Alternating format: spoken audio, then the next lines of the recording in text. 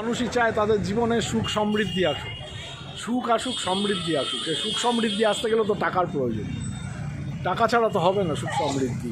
তা টাকা ছাড়া যদি সুখ সমৃদ্ধি আমরা চাই তাহলে তো সেটা বৃথা চাওয়া হবে, তাই না? তা সেই জন্যে যখন টাকার প্রয়োজন তখন টাকাটা আপনি সহজে কি করে পেতে পারেন। দেখুন, আজকে আমি একটা যক্ষিণী মন্ত্র বলছি, মন্ত্রটি যদি আপনি 108 বার করে জপ করেন তাহলে আপনার টাকার সমস্যা অচিরাত মিটে যেতে পারে, এবং এটা আপনি চেষ্টা করবেন সারা বছর ধরে করতে। যক্ষিণী রতিপ্রিয়া, কামদেবের স্ত্রী আর কি। কামদেবকে আমরা তো জানি তিনি সেক্সের দেবতা, কিন্তু রতিপ্রিয়া দেবী হচ্ছেন অর্থ সম্পদের যক্ষিণী দেবী আর কি।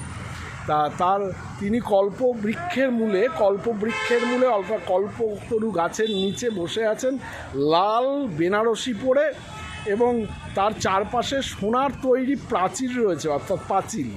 তা সেখানে বসে তিনি সাধককে অভয় দান করছেন যে তোমার টাকা পয়সা হবে, তোমার অনেক অনেক টাকা পয়সা আমি দেব। এবং আশ্চর্যের ব্যাপার, যক্ষিণী দেবী কিন্তু তার মন্ত্র জপে সন্তুষ্ট। যদি প্রত্যেক দিন পায়সান্ন বলি দিতে পারেন তাহলে আরও ভালো কাজ হয়। আর যদি প্রত্যেক দিন পারেন একটু ফুল শ্বেতচন্দন দিয়ে, রক্তচন্দন দিয়ে যদি দেবীকে পূজা করেন এবং তার পাশে কামদেবের পূজা করেন তাহলে দেবী কিন্তু প্রচণ্ড প্রসন্ন হয়। মন্ত্রটা আমি বলছি, আপনারা একটু মন দিয়ে শুনুন। ওং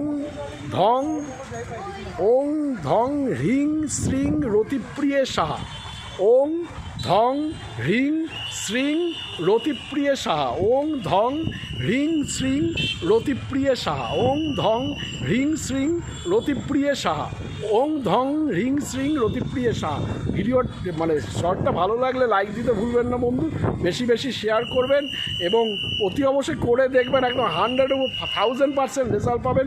প্রতিদিন 108 বার করে যদি পারেন, সকালে প্রতিদিন 108 বার করে যদি পারেন, সন্ধ্যেবেলা জপ করবেন। যদি পারেন রুদ্রাক্ষের মালায় জপ করবেন, নাহলে করমালাতেও জপ করতে পারেন বা নকুলদানা দিয়েও করতে পারেন। ভালো থাকবেন।